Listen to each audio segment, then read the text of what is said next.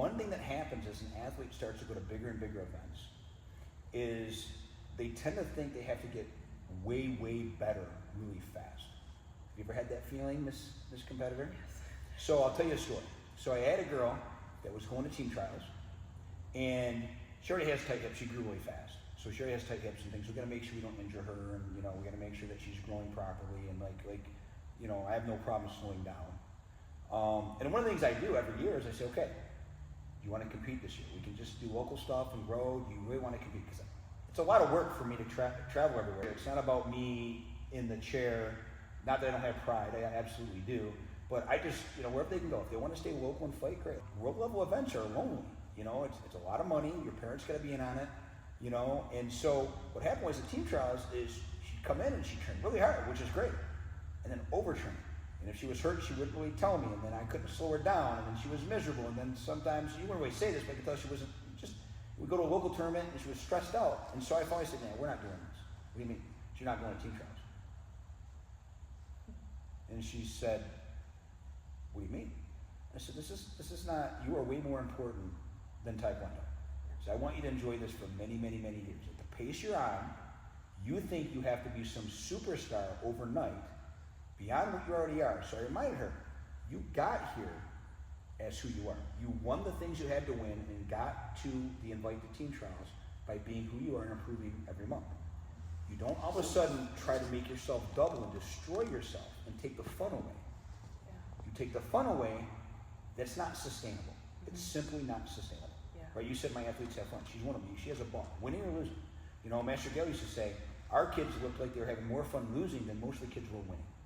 Kind of like what you said, right? And I like that, because they just gotta love it, right? So I said, we're not going. I told her mom, and I told any other coaches, I said, don't bring it up to her. Just wait. Even when I talk to her, I'm like, you're not arguing really hard. She's like, well, I can't say you're wrong. I get it, but she was bummed, but half it was to try to look surprised because she think I'd be disappointed she's not going. The other half was that she's really stressed out. So she was. So just the day before the final payment had to be made, because she's already registered, she just had to make the final payment. Her mom probably says, listen, what do we do? And I told her not to say anything, but she did. And she goes, I want to go. She says, all right. So she called me up. I said, all right, pay it. And so I talked to her, and I said, listen, you got here being who you are. And by the way, when I told her she wasn't going, the next competition she went to, happy, not sick, had a ball, smashed. I don't even know what she wanted. I don't even keep track of what she was, honestly. So she was great. No stress. Her mom says, I haven't seen her go to a tournament without a stomachache in a bit. It's been a few months. And but after she went to team trials, won cleanly, super cleanly. I think she even said that she grew emotionally. She says, I can control my emotions. I get it, because you always think, go to nationals, everybody's great. No, everybody's just like you that takes it pretty seriously and trains hard, but they want to win nationals, but they're all the same. So I'd sit across the mat, I'm like, why are they so much better? What do you mean? Well, you think they're better than you, you're acting like it. Do they watch you when you're not, are they spying on you? No. Are they some secret ninja? No. Like, you think they train harder than you? Well, no, I train pretty hard. So why are you sitting here thinking instantly, you're a competitor, you get it.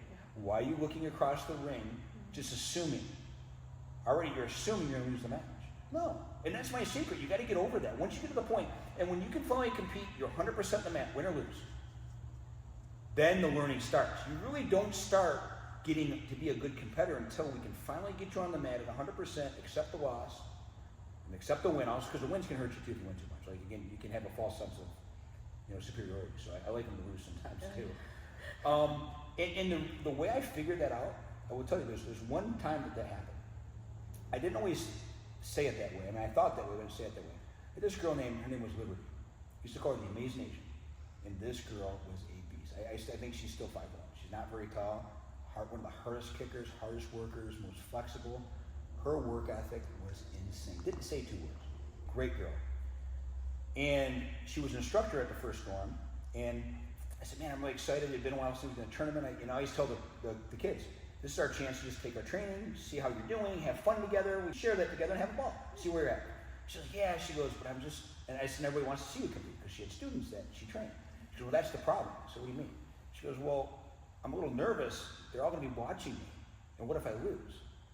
And you got to understand, this girl's savage.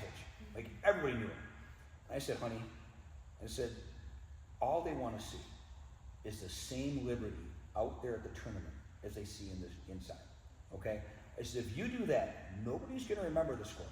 No, it was a good fight. If someone beats you and you're your 100%, it's a ridiculous match.